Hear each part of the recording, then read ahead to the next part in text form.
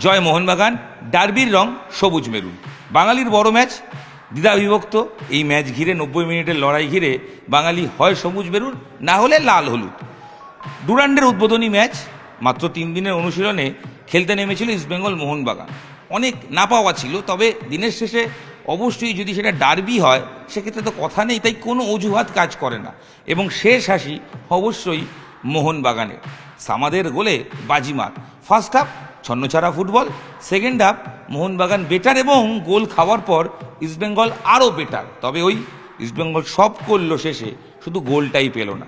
তাই রেজাল্ট মোহনবাগানের পক্ষে। তবে এটা শুনে অনেকেই বলতে পারেন মোহনবাগান আউটস্ট্যান্ডিং ফুটবল খেলেছে। না, এটা কখনোই বলবো না। আবার এটাও ঠিক নয় যে ইস্টবেঙ্গল খুব খারাপ ফুটবল খেলেছে। ইস্টবেঙ্গল সেকেন্ড হাফ অনেক বেটার ফুটবল খেলেছে। তবে মাথায় রাখবেন এই ম্যাচ ঘিরে আপনি অবশ্যই ইস্টবেঙ্গল মোহনবাগানে যেহেতু লড়াই, মোহনবাগান ফ্যানরা সেলিব্রেশন করছেন, ইস্টবেঙ্গলের মন খারাপ। তবে কোনো দলের সমর্থকরাই মন খারাপ করার কথা নয়। মোহনবাগান কোচ তিনি স্পষ্ট বলে দিলেন যে এই জয়ের পরেও অনেক ডেভেলপ করতে হবে টিমের, একাধিক জায়গায় চেঞ্জ করতে হবে। শুধু তাই নয়, উন্নতি করার দিক সব জায়গায় রয়েছে।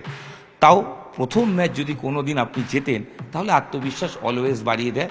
এবং মোহনবাগানের গ্রিক কোচ তিনি সেটাই বলছেন যে একটা শুরুতে অবশ্যই জয় প্রয়োজন থাকে এবং সেটা যদি ডার্বি দিয়ে হয় টিম অলওয়েজ একটা চার্জ আপ হয়, এবং সেটাই হলো। দিলাম পেরিস মোহনবাগানের কোচ, গ্রিক কোচ, প্রথমবার কলকাতায় কোচিং করতে এসে প্রথম ম্যাচ ডার্বিতে নামলেন এবং সেটাতেই জয় পেলেন। এই রেকর্ড সাম্প্রতিক সময়ে খুব একটা কারণ নেই। যতদূর মনে পড়ছে ইস্টবেঙ্গলের হয়ে আর্মান্দো কোলাসো এই রেজাল্টটা করেছিলেন প্রায় বছর 12-13 আগে। আর অন্যদিকে হাবাস কখনো ডার্বি হারেন না। এটা তো মিথ না, মিথ ভেঙে গেল। হাবাস ডার্বি হারলেন। ইস্টবেঙ্গলের কোচিংয়ে এসে প্রথম ডার্বি হারতে হলো হাবাস। অনেকে মজা করে বলছেন সোশ্যাল মিডিয়ায়, ঠিকই তো, মোহনবাগানের জন্য হাবাস কখনো ডার্বি হারেন না। ইস্টবেঙ্গলে গেছেন তাই হারতে হয়েছে। দেখুন, এই টিপ্পনি থাকবে, একে অপরকে কটূক্তি থাকবে, তবে পুরোটাই অবশ্যই খেলাকে ভালোবেসে এবং অবশ্যই একটা জায়গা বজায় রেখে, কোনোভাবেই বিলো দ্য বেল্ট আঘাত কোনোদিনও নয়। সোশ্যাল মিডিয়ায় এই বাঙালির লড়াই চলতে থাকুক, ইলিশ চিংড়ি ঘটি বাঙালের লড়াই। এ লড়াই আবেগ। বিশ্বকাপ মিটেছে, বিশ্বকাপের পর দিন কয়েকের মধ্যেই ডার্বি ম্যাচ। কলকাতার ফুটবল প্রেমীরা যুবভারতীতে এসেছিলেন খেলা দেখতে এবং ভালো ম্যাচ দেখতে। তবে যে পরিমাণ দর্শক আসার কথা, হয়তো সেরকম দর্শক হয়নি, আরও বেশি দর্শক এক্সপেক্ট করা হয়েছিল। শেষ পর্যন্ত যতটা ডার্বি মানে হাউসফুল সেটা হয়নি, তবে মোটামুটি ভালো দর্শকই হয়েছে। বিশেষ করে মোহনবাগানের দর্শক সংখ্যা একটু হলেও বেশি ছিল। মোহনবাগান এবং ইস্টবেঙ্গল দুজনেই ম্যাচটা নেমেছিল ট্যাকটিক্যাল লড়াইয়ে। তারা জানতেন যে মাত্র 3 দিন অনুশীলন করে এই ম্যাচে বেশি ঝুঁকি নেওয়া যাবে না। দুই কোচ, গ্রিক কোচ আর স্প্যানিশ কোচ, তাদের মস্তিষ্কের লড়াইয়ে তারা প্রথমেই বিদেশি ছাড়া ভারতীয় ব্রিগেড দুটো দলই নামান। আসলে পরস্পরকে মেপে নেওয়ার পালা, জমি দেখে নেওয়ার পালা, কার কতটা শক্তিশালী মাঝমাঠ, কার কতটা ডিফেন্স শক্তিশালী। মোহনবাগানের ডিফেন্স ডেফিনেটলি, আমি প্রিভিউ স্টোরিতেও আলোচনা করেছি যে অনেক বেটার। যেখানে মেহতাব, রাহুল বেকেরা খেলছেন, শুভাশিসরা খেলছেন, অভিষেক খেলছেন, সেটা ডিফেন্স অনেক বেটার। অন্যদিকে ইস্টবেঙ্গলের ডিফেন্স তো খারাপ নয়, তবে সন্দীপ মান্ডি, আনোয়ার প্রথমবার জুটি বাঁধলেন। জয়গুপ্তা গতবার আহামুড়ি খেলেননি, এদিনও খুব একটা আহামুড়ি খেলেননি এবং তার দিক থেকেই গোল ইস্টবেঙ্গল খেয়েছে। সঙ্গে সন্দীপ মান্ডিরও কিছুটা দোষ অবশ্যই বলতে হবে। আসবো গোলের বিষয়। প্রথমার্ধের খেলা নিয়ে যদি আলোচনা করতে হয় তাহলে বলতে হয় পরস্পরকে বুঝে নেওয়ার পালা। মোহনবাগান 10টা গোলমুখী শট মেরেছে, 10টা। তার মধ্যে 2টো একদম সরাসরি গোলমুখী শট, অর্থাৎ অন টার্গেট। আর ইস্টবেঙ্গল মেরেছেই 2টো শট, কোনোটাই অন টার্গেট হয়নি। অর্থাৎ ফার্স্ট হাফে বলের পজিশন, খেলার ধরন মোহনবাগানের বেটার। ইস্টবেঙ্গল হাবাস যেরকম কোচিং করেন ঠিক সেটাই করতে চেয়েছিলেন, যে ডিফেন্স সামলে প্রয়োজনে কাউন্টার অ্যাটাকে যাব, আস্তে আস্তে নিজেদের ডেভেলপ করব, নিজেদের আপ ফ্রন্টে নিয়ে যাবো। আর মোহনবাগানের ট্যাকটিক্স ছিল, যেটা কোচ আগেই দিলাম পেরিস বলেছিলেন, যে লড়াইটা তিনি করতে চান অবশ্যই একটা আক্রমণাত্মক লড়াই এবং পজিটিভ ফুটবল, এবং সেটা মাঠে দেখা গেছে। মোহনবাগানের লিস্টন কোলাসো এবং ডান দিকে কিয়ান নাসিরি তারা যথেষ্ট বেটার ফুটবল খেলেছেন। সামাদও মাঝমাঠে যথেষ্ট ভালো। মনবীর আপফ্রন্টে স্ট্রাইকার হিসেবে নিজেকে আরও একবার প্রমাণ করার চেষ্টা করলেন। উল্টে ইস্টবেঙ্গলের আপফ্রন্টে এডমুন্ড বা ডেভিড খুব একটা সচল লাগলো না। বিদেশি ছাড়া ফার্স্ট হাফের ম্যাচে দুটো পক্ষই গোল করার সেরকম সুযোগ পায়নি। মোহনবাগান একটা শট হয়তো গোল হলেও হতে পারতো, কিন্তু শেষ পর্যন্ত হয়নি ইস্টবেঙ্গলের ডিফেন্সের দক্ষতায়। তবে একটা বিতর্ক আছে, একটা পেনাল্টি হলেও হতে পারতো। জিকসান সিংয়ের শট হাতে লাগে আব্দুল সামাদের শট, এবং সেটা রেফারি ইগনোর করেন, পেনাল্টি দেননি। ইস্টবেঙ্গল কোচ হাবাস বলছেন না সেটা পেনাল্টি জিকসানেরটা নয়, উল্টে তারা একটা রেড কার্ড পেতে পারতেন, অর্থাৎ তাদের ফেভারে যেতে পারতো। সুভাশিস এডমুন্ডকে সেকেন্ড হাফে ধরে বেঁধে ফেলে দিয়েছিল, ডাইরেক্ট রেড কার্ড হওয়া উচিত, বাট সেটা রেফারি দেননি। রেফারি যে জিতবে সে ভালো বলবে, আর যে হারবে সে বলবে তার পক্ষে যায়নি। আর আমরা ফিফা বিশ্বকাপের পর থেকেই রেফারির নিয়ে আলাদা করে কিছু বলার জায়গায় নেই, কারণ রেফারি যা বলবেন সেটাই চূড়ান্ত। সেকেন্ড হাফ খেলা শুরু করলো ইস্টবেঙ্গল, যেটা মনে হয়েছে দেখে কোথাও গিয়ে মোহনবাগান আরও বেশি আক্রমণাত্মক, কারণ মোহনবাগান ইস্টবেঙ্গলকে বুঝে নিয়েছিল যে তাদের শক্তিটা ঠিক কোন জায়গায়, এবং শুরুতেই 53 মিনিটের মাথায় কিয়ান নাসিরির একটা ক্রস থেকে দুরন্ত তিনমুখী লড়াই, এবং কিয়ান নাসিরির একক দক্ষতায় অবশ্যই তার একটা রাইট উইং থেকে ক্রস, যেটা মনবীর ফলস দিয়ে বলটা ছেড়ে দেয় এবং পরিষ্কার ফাঁকায় দাঁড়িয়ে থাকা সামাদ গোল করে চলে যায়। যেখানে দোষ অবশ্যই জয়গুপ্তার, যখন ক্রস হচ্ছে, এবং সন্দীপ মান্ডি যখন দাঁড়িয়েছিলেন সামাদের সঙ্গে, হয়তো তার আরেকটু ম্যান মার্কিং প্রয়োজন ছিল। গিলেরও পজিশন নিয়ে প্রশ্ন থেকে যায়। ইস্টবেঙ্গলের বিদেশি নামাতে শুরু করে দেন হাবাস, এবং দুজনই বিদেশি রয়েছেন, দানি রামিরেজ, এবং তার আগে রশিদকে নামিয়ে দেন। আক্রমণের ঝাঁজ বাড়ায় ইস্টবেঙ্গল। আর এই সময় মোহনবাগান যেটা করে, আলবার্তোকে তাকে নামিয়ে দেয়। ম্যাচের আগের দিন আসা কোনো অনুশীলন না করলেও বিদেশি ফুটবলার তাকে নামিয়ে দিয়ে ডিফেন্সের শক্তি যাচাই করার চেষ্টা করে, এবং যেটা হয় যে আলবার্তো নামায় মোহনবাগান ডিফেন্স একটু বেটার ফুটবল খেলতে শুরু করে।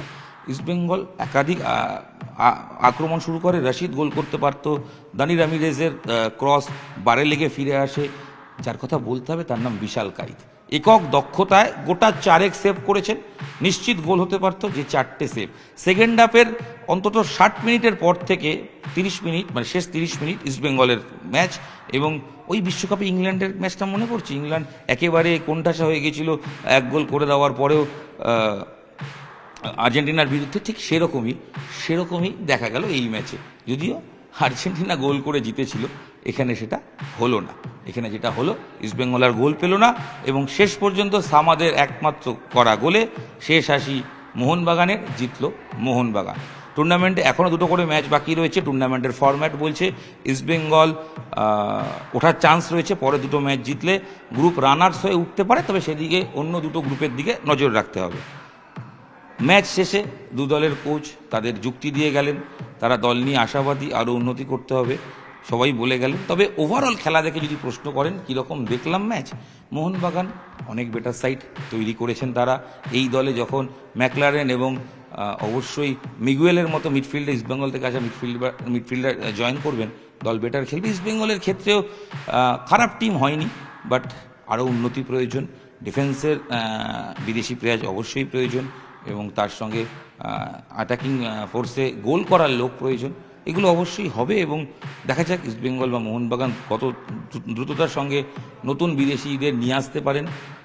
দ্রাজিচ আজকে খেলেছিলেন ম্যাচে, এবং মোহনবাগানের হয়ে খারাপ খেলেননি, বাট ফিট নন। আসলে এই ম্যাচের শেষে একটা প্রশ্ন থেকে যায় যে এই ম্যাচ 3 দিনে খেলতে বাধ্য হলেন ইস্টবেঙ্গল মোহনবাগানের ফুটবলাররা, চোটের প্রবণতা থেকে যায়, তাই কেউই হয়তো 100% দেওয়ার চেষ্টা করেনি, দিতে পারতেনও না।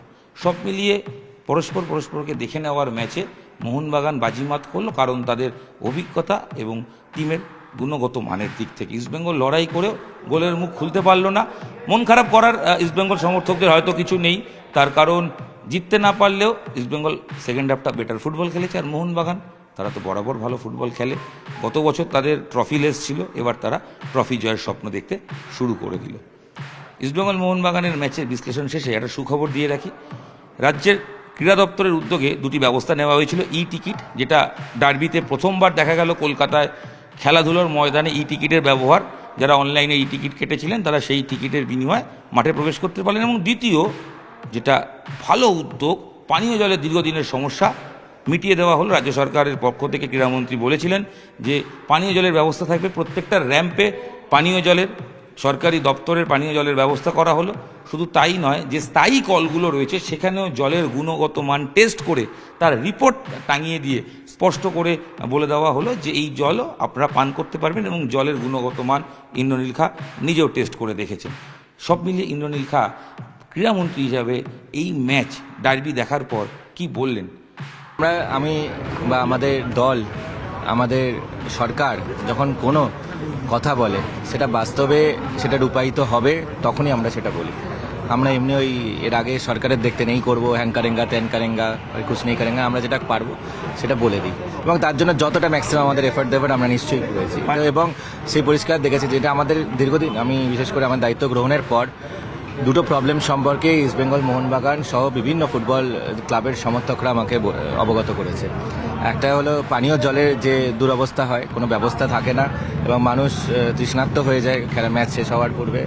তো সেই জন্য আমরা বিশেষ করে এই পানীয় জলের সমস্যা কী করে সেটাকে সলভ করা যায় তার জন্য পর্যাপ্তর থেকে বেশি পানীয় জল রাখার এবং তার জন্য আমি ধন্যবাদ জানাই আমাদের ডিপার্টমেন্ট এবং আমাদের সকলে মিলে যারা একসাথে মিলে সকল স্টাফ সকল অফিসাররা মিলে আমরা থরলি প্রত্যেক কোনায় কোনায় যাতে পর্যাপ্ত জল ফুরিয়ে যাওয়ার আগে সেখানে জল যাতে রিফিল পৌঁছে যায় তার ব্যবস্থা করা হয়েছে।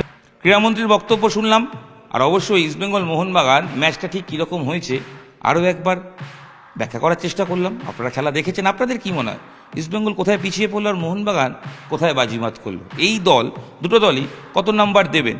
আর অবশ্যই ইস্টবেঙ্গলের জার্সি নতুন, সেটা দেখেও আপনারা কোনো নাম্বারিং করতে পারেন। খেলার মান কীরকম হলো আপনারা জানান এবং অবশ্যই মরশুমের প্রথম ম্যাচ ডার্বি কী হওয়া উচিত এটাও জানাতে পারেন। নিউজ 18 বাংলা ডিজিটালে আপনাদের সঙ্গে আমি ইরণ রায় বর্মন ছিলাম। ভিডিও এখানেই শেষ করছি, দেখা হচ্ছে পরবর্তী ভিডিওয়ে। সঙ্গে থাকুন, দেখতে থাকুন নিউজ 18 বাংলা ডিজিটাল। আর অবশ্যই শুরুতেই বলেছিলাম জয় মোহনবাগান, কারণ মোহনবাগান ডার্বি জিতেছে, তাই মোহনবাগান ফ্যানরা বেশি করে শেয়ার করবেন জানি। আর ইস্টবেঙ্গল ফ্যানরা অবশ্যই শেয়ার করুন, কারণ কোথায় ভুল ত্রুটি হচ্ছে সেটা ফ্যানদের বা সমর্থকদের জানা প্রয়োজন। এখানেই শেষ করছি, আমি ইরণ আপনাদের সঙ্গে ছিলাম। আরও একবার দেখা হবে, কথা দিয়ে বিদায় নিলাম।